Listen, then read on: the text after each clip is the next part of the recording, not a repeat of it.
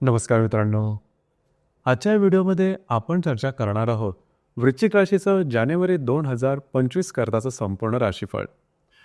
गेल्या महिन्यामध्ये म्हणजे डिसेंबर महिन्यामध्ये तुम्ही बघितलं असेल की बराचसा डिसेंबर महिन्याचा जो कालावधी होता तो तुमच्यासाठी अतिशय चांगला गेला होता.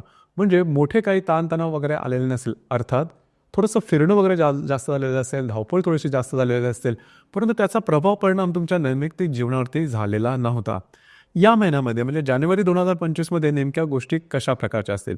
आता या महिन्यामध्ये सुद्धा जो मंगळ तुमच्या राशीचा स्वामी आहे, जो की तुमच्या भाग्यस्थानामध्ये आहे, भ्रमण करतोय. मात्र 22 तारखेनंतर हा जो वक्री मंगळ आहे तो तुमच्या अष्टम स्थानात, ज्याला आपण मृत्यूस्थान म्हणतो, त्या स्थानात भ्रमण करणार आहे. इतरही काही ग्रह आहेत जसे की बुध आहे, रवी आहे किंवा शुक्र आहेत, हे सुद्धा राशांतर करतायत. तर या सर्व ग्रहांचा प्रभाव परिणाम नेमकं तुमच्या राशीवर किंवा तुमच्या जीवनाच्या कोणत्या क्षेत्रावर सर्वात जास्त होणार आहे, या सर्व संदर्भातली खुलासेवर चर्चा आपण या व्हिडिओमध्ये करणार आहोत. सुरुवातीला आपण चर्चा करू की तुमचं जे स्वास्थ्य आहे, मानसिक किंवा शारीरिक, हे नेमकं कशा प्रकारचं असेल. जसं की तुमच्या राशीचा जो स्वामी आहे मंगळ, जो की तुमच्या भाग्यस्थानामध्ये भ्रमण करतो आहे, दिनांक 22 तारखेनंतर तो वक्री होऊन तुमच्या अष्टम स्थानामध्ये येणार आहे. याचप्रमाणे तुमच्या राशीचा जो अष्टमेश आहे बुध, जो की तुमच्याच राशीमध्ये भ्रमण करतोय, गेल्या साधारण महिन्याभरापासून तो साधारण 5 तारखेनंतर तो तुमच्या द्वितीय स्थानामध्ये भ्रमण करणार आहे. तर एकंदरीतच सांगायचं झालं तर या संपूर्ण महिन्यामध्ये तुम्हाला फिरणं मिळणं तुमचं जास्त, जसं की थोडंफार तुम्ही डिसेंबर महिन्यामध्ये सुद्धा बघितलं होतं, तर तोच जो हे आहे फेज आहे ती या महिन्यामध्ये सुद्धा चालू राहील. फिरणं वगैरे जास्त होईल. फक्त इथे एकच गोष्ट लक्षात घेणं गरजेचं आहे की फिरण्यामुळे होणारा जो तणाव आहे तो तुमच्या शरीरावर जास्त जाणवेल आणि त्याचे जे त्रास आहेत, हे त्रास या महिन्याच्या शेवटाला थोडेसे जास्त आहेत. म्हणजे शेवटचा जो कालावधी आहे किंवा शेवटचा जो सप्ताह आहे त्यामध्ये थोडंसं जास्त प्रमाणात जाणवेल. अर्थात तुमची जी राशी आहे ती स्टर्डी आहे किंवा तुमची राशी जी मेहनत करणारी रास आहे, परंतु अति मेहनत केल्यामुळे त्याचा ताणसुद्धा तुमच्या शारीरिक जाणवू शकतो. तर याकडे थोडंसं लक्ष देणं गरजेचं राहील. या संपूर्ण महिन्यामध्ये पिकनिकला जाणं, फिरायला जाणं, धार्मिक स्थळ किंवा देवळे यांना भेटी देणं, अशा प्रकारचे काही अनुभव येतील. त्या तत्संबंधी काही धार्मिक अनुभवसुद्धा येऊ शकतील, परंतु स्वतःच्या शारीरिकतेवरती थोडंसं लक्ष देणं गरजेचं राहील. याचप्रमाणे फिरणं वगैरे आणि दुसरी महत्त्वाची गोष्ट म्हणजे तुमचं कार्यक्षेत्र असेल त्या संदर्भामध्ये सुद्धा जास्त फिरणं होईल. या संपूर्ण महिन्यामध्ये साधारण 17-18 तारखेच्या नंतरचा जो कालावधी आहे त्यामध्ये एक वेगळ्याच प्रकारची उमेद, एक वेगळ्याच प्रकारची ऊर्जा तुम्हाला जाणवेल. तुमच्या मनात असलेली कामं ही जिद्दीनं पूर्ण करून दाखवायची असा हट्ट तुम्ही मनात घ्याल आणि ते पूर्णसुद्धा करून दाखवाल. कारण तुमची जी रास आहे हट्टी आहे, जिद्दी आहे, स्वतःच्या इंद्रियावरती पुढे जाणारी आहे. तशाच प्रकारचा काहीसा अनुभव या महिन्याच्या 16-17 तारखेनंतर जाणवणार आहे. परंतु शेवटी बॉटम लाईन हीच आहे की स्वतःच्या आरोग्याकडे लक्ष देऊन बाकीच्या गोष्टी करणं गरजेचं राहील. यानंतर आपण चर्चा करणार आहोत की तुमचं जो आर्थिक स्तर आहे हा नेमका कशा प्रकारचा राहील. जसं की 3 जे ग्रह आहेत ते तुमच्या राशीकरता सगळ्यात महत्त्वाचे ठरतात आर्थिक स्तराच्या संदर्भात: बुध, गुरु आणि रवी.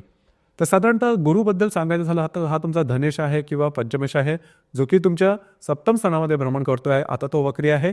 याचप्रमाणे जो बुध आहे हा तुमचा अष्टमेश आहे, लाभेश आहे, जो की तुमच्याच राशीमध्ये भ्रमण करतोय. दिनांक 5 तारखेनंतर हा तुमच्या द्वितीय स्थानामध्ये भ्रमण करणार आहे. आणि रवी जो की तुमचा कर्मेश आहे, महत्त्वपूर्ण ग्रह आहे, जो की तुमच्या द्वितीय स्थानातून तृतीय स्थानामध्ये भ्रमण करणार आहे 15 तारखेनंतर.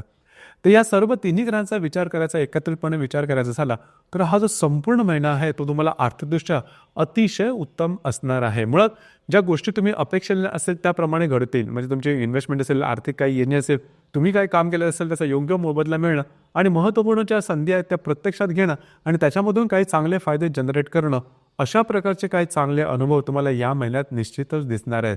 मग तुमच्या मनामध्ये किंवा तुमच्यामध्ये असलेले अंगभूत जे गुणधर्म आहेत, जिद्द, चिकाटी, महत्त्वाकांक्षा, याचं सगळ्याचं प्रमाण तुम्हाला या महिन्याच्या साधारण 16-17 तारखेनंतर प्रत्यक्षात दिसायला लागेल आणि त्याचे काही चांगले आउटपुटसुद्धा तुम्हाला मिळतील.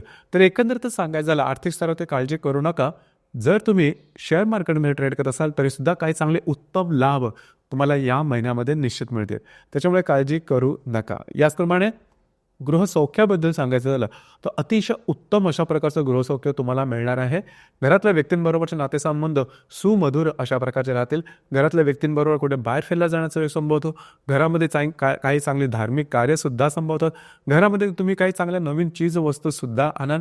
वास्तूच्या संदर्भातले काही महत्त्वपूर्ण कामं करायची असेल तरीसुद्धा हा जो संपूर्ण महिना आहे हा अतिशय उत्तम असणार आहे. गोष्टी तुमच्या मनाप्रमाणे किंवा अपेक्षेप्रमाणे होताना दिसतात. त्यामुळे अर्थातच तुमचा जो मूड आहे तो सुद्धा खूप चांगल्या प्रकारचा दिसून येईल.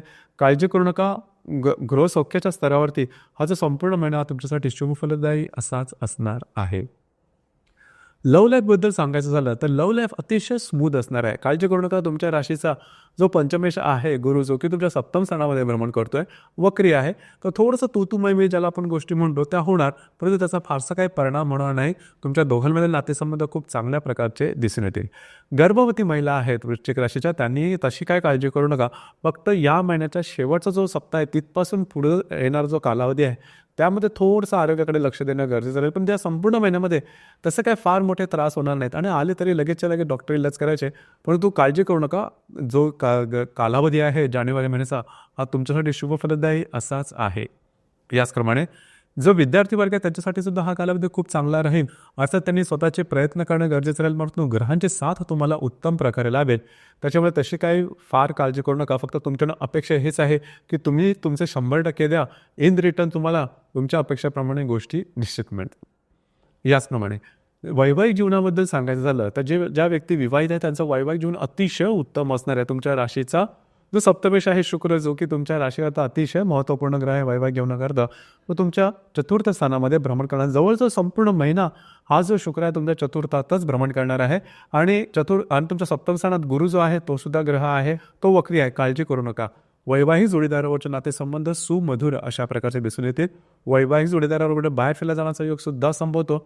आणि सगळ्यात महत्त्वाचं म्हणजे ज्या विवाहसुख व्यक्ती आहेत, म्हणजेच वृश्चिक राशीच्या ज्या विवाहसुख व्यक्ती आहेत त्यांच्याकरता सुद्धा हा संपूर्ण जो कालावधी आहे तो अतिशय उत्तम असणार आहे. म्हणजेच विवाह ठरणं, प्रत्यक्षात विवाह जमणं अशा प्रकारच्या काही गोष्टी होतील. अर्थात कदाचित विवाह ठरल्यानंतर प्रत्यक्ष विवाह होणं थोडासा वेळ लागू शकेल, मात्र विवाह ठरणं, तुमच्या अपेक्षेप्रमाणे स्थळ येणं अशा प्रकारचे अनुभव तुम्हाला या महिन्यामध्ये निश्चित मिळतील.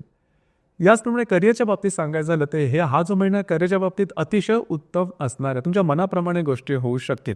खास करून जे तुमचं करिअर असेल त्या करिअरच्या संदर्भात साधारण 17 तारखेनंतरच्या कालावधीमध्ये थोडंसं फिरणं वगैरे जास्त होईल. तुम्हाला नवनवीन संधी करिअरच्या बाबतीमध्ये मिळू शकतील. याचप्रमाणे वरिष्ठ किंवा तुमच्या बरोबरचे ज्या व्यक्ती असतील त्याच्याबरोबरचे सुद्धा नातेसंबंध चांगले राहतील किंवा त्यांच्याकडून तुम्हाला चांगली मदत मिळू शकेल. तुमच्यामध्ये आणि वरिष्ठांमध्ये चांगला रॅपो तयार होईल. एकंदरीतच हा संपूर्ण महिना तुमच्याकडे चांगला राहील. ज्या व्यक्ती म्हणजे बिझनेस वगैरे करतात, कागदोपत्री व्यवहार जर का तुम्हाला काय करायचे असेल तर या महिन्याच्या साधारण 16-17 तारखेच्या नंतरचा कालावधी अतिशय चांगला राहील. उत्तम असा कालावधी तुम्हाला लाभणार आहे. एकंदरीतच वृश्चिक राशीकरता या संपूर्ण महिन्यामध्ये थोडंसं जर का तुम्ही आरोग्याकडे लक्ष दिलं, थोडंसं जास्त मेहनत म्हणजे करा मेहनत तुम्ही, परंतु त्यावेळी शरीरावरती त्याचा ताण येणार नाही याकडे थोडंसं लक्ष द्या. बाकी जर का सांगायचं झालं हा संपूर्ण महिना तुमच्यासाठी अतिशय उत्तम अशा प्रकारचा असणार आहे. याचप्रमाणे दिनांक 23 तारखेनंतर बुध आणि मंगळाचा प्रतियोग होणार आहे. 23 तारखेला असणार आहे मंगळ, जो की तुमच्या भाग्यस्थानामध्ये भ्रमण करतोय, वक्री आहे. त्याच्याबरोबर तृतीय स्थानात भ्रमण करणारा जो बुध आहे तो प्रतियोग करणार आहे. खास करून या दरम्यान कागदोपत्री व्यवहार, कमिटमेंट, प्रॉमिसेस यापासून थोडंसं लांब राहा किंवा अशा प्रकारच्या काही गोष्टी करायच्या झाल्या तर थोडंसं नीट विचार करून त्या करा, कारण त्याच्यामध्ये अंदाज चुकू शकतील. स्वतःच्या आरोग्याकडे सुद्धा लक्ष देणं गरजेचं राहील. या दरम्यान फिरणं वगैरे थोडंसं जास्त होऊ शकेल. अर्थात हा जो कालावधी आहे बुध मंगळ प्रतियोगाचा हा जवळजवळ 20 तारखेपासून ते 25 तारखेपर्यंतचा त्याचा प्रभाव आहे तो दिसून येईल. तर हे 4-5 दिवस त्या ठिकाणी लक्ष द्या. याचप्रमाणे 25 तारखेला मंगळ आणि शुक्राचा त्रिकोण योग सुद्धा होणार. अतिशय उत्तम अशा प्रकारचा हा ग्रहयोग आहे. अष्टमातला वक्री मंगळ आणि चतुर्थातला शुक्र हे परस्पर त्रिकोण करणार आहे. घरातल्या व्यक्तींमुळे कुठे बाहेर फिरायला जाणं, त्यांच्यावर चांगला वेळ व्यतीत करणं, घराच्या संदर्भात वास्तूच्या संदर्भातली महत्त्वपूर्ण कामं हाती घेणं, ती पूर्ण होणं, याचप्रमाणे घरामध्ये काही नवीन चीज वस्तू आणणं अशा प्रकारचे काही गोष्टी तुम्हाला दिसून येतील. घरातल्या व्यक्तींवरचे नातेसंबंध खूपच चांगल्या प्रकारचे दिसून येतील. याचप्रमाणे या महिन्यातली जी पौर्णिमा आहे ती 13 तारखेला आहे आणि जी अमावास्या आहे ती 29 तारखेला आहे. अमावास्या आणि पौर्णिमे दरम्यान थोडंसं रविचंद्राचं आकर्षण जास्त असतं, त्यामुळे आपण थोडेसे जास्तच भावनातीत होतो आणि भावनातीत होऊन घेतलेले निर्णय चुकण्याची शक्यता जास्त असते. तर त्यामुळे या महिन्याच्या साधारण 13 आणि 29 तारखेदरम्यान कमिटमेंट, प्रोसेस, कागदोपत्री व्यवहार, विवादात अजिबात जाऊ नका. आउट ऑफ द वे जाऊन गोष्टी करू नका. तुमच्या मानसिकतेमध्ये बदल झालेला दिसून येईल. तर मित्रांनो, हे होतं वृश्चिक राशीचं जानेवारी 2025 करताचं संपूर्ण राशीफळ. धन्यवाद.